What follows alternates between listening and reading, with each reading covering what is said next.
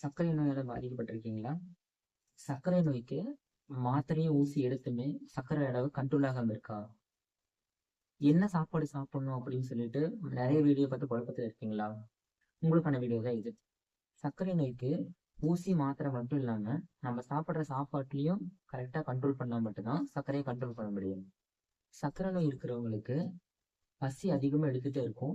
அடிக்கடி சாப்பிடணும் சாப்பிடணும் அப்படின்னு தோணிட்டே இருக்கும். சர்க்கரை அளவு எவ்வளவு அதிகமா இருந்தாலுமே உங்களுக்கு பசி அதிகமா எடுத்துட்டே இருக்கும்.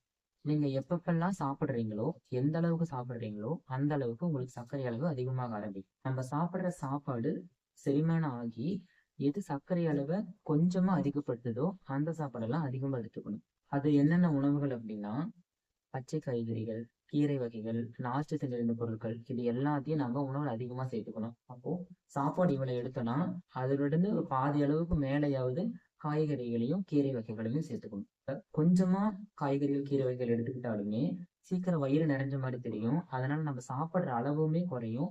அதனால சர்க்கரை அளவு அதிகமாகிறதும் குறையும். பீட்ரூட்டு, பீன்ஸ், கேரட் அப்படிங்கிற காய்கறிகளையும் அதிகமா எடுத்து சேர்த்துக்கலாம். மீன், கோழி இறைச்சி வாரத்துக்கு 2 முறை சேர்த்துக்கலாம்.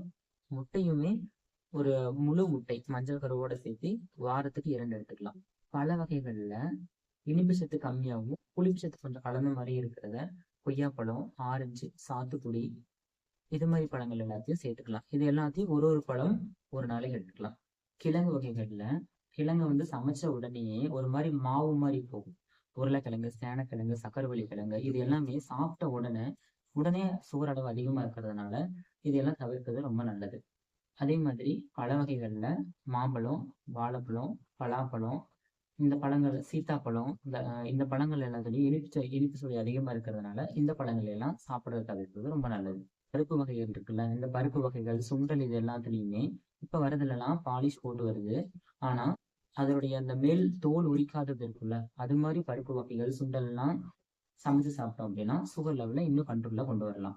நம்ம கடைகள்ல வாங்குற ஹார்லிக்ஸ், பூஸ்ட், மற்ற பெப்சி, கோகோ கோலா இது எல்லாத்துலேயுமே சர்க்கரை அளவு அதிகமாக தான் இருக்கு. அதனால அதையும் தவிர்க்கிறது ரொம்ப நல்லது.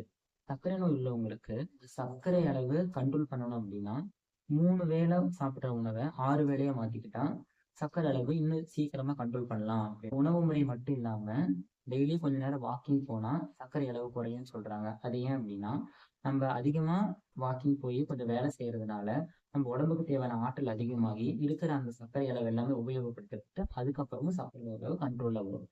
அதுக்காக தான் நடைப்பயிற்சியும் முக்கியம். சர்க்கரை அதிகம் இருக்கிறவங்களுக்கு அதிகமா பசி எடுக்கும், அதிகமா தண்ணி தாகம் எடுக்கும், அதிகமா யூரின் பாஸ் பண்ணிட்டே இருப்பாங்க. இதுக்கான காரணத்தை லாஸ்ட் வீடியோ சொல்லியிருக்கேன், மறக்காம பார்த்துக்கோங்க. இந்த நோயை கட்டுப்படுத்துறதுக்கு என்னென்ன மாத்திரை எப்படி டாக்டர்ஸ் கொடுப்பாங்க, அதை நீங்க எப்படி சாப்பிடணும், உணவுக்கு முன்பா பின்பா, ஊசி எப்ப போடணும், இன்சுலின் ஊசி எவ்வளவு போடணும், எப்படி போடணும், அதை கடைபிடிக்க வேண்டிய வழிமுறைகள்லாம் என்னென்ன அப்படிங்கிறத அடுத்த வீடியோல பார்ப்போம்.